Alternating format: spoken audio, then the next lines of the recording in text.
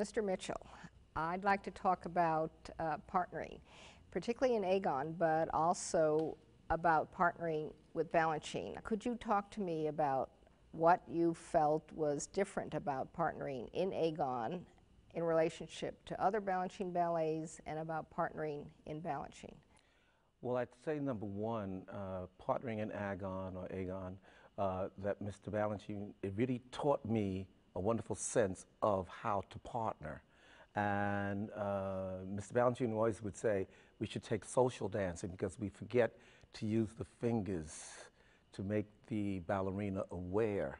And rather than grabbing and clutching, that I can take your hand and just with let you rest, but a little pressure from my finger, or like holding not this so the wrists are loose, but putting one finger or two fingers so the line is continued.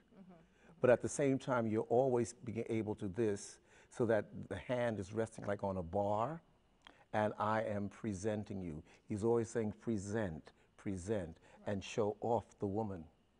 And I think what happens is a lot of male dancers, they are involved with doing the presentation of themselves rather than presenting the woman. And when you're on stage dancing with a woman, no male can take the show away from a woman.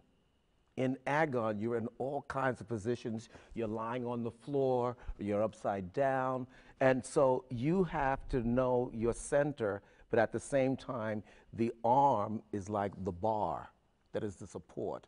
And one of the things is that, that I learned from Mr. B is that I tell the women, never grab me. Let me, so that if you need support, I can give it. But if you're already clutching, I'm sending to you a message that there's tension, there's something wrong. So you get tense. But this way, if I just hold it very lightly.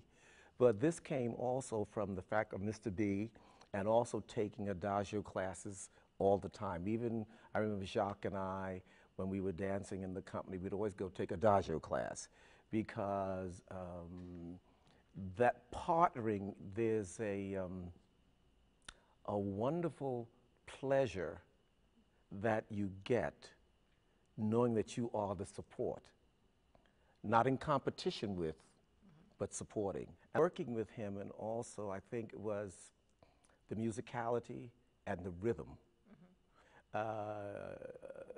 Because some dancers, they want to know what the step is. He says, I don't know, I haven't done it yet.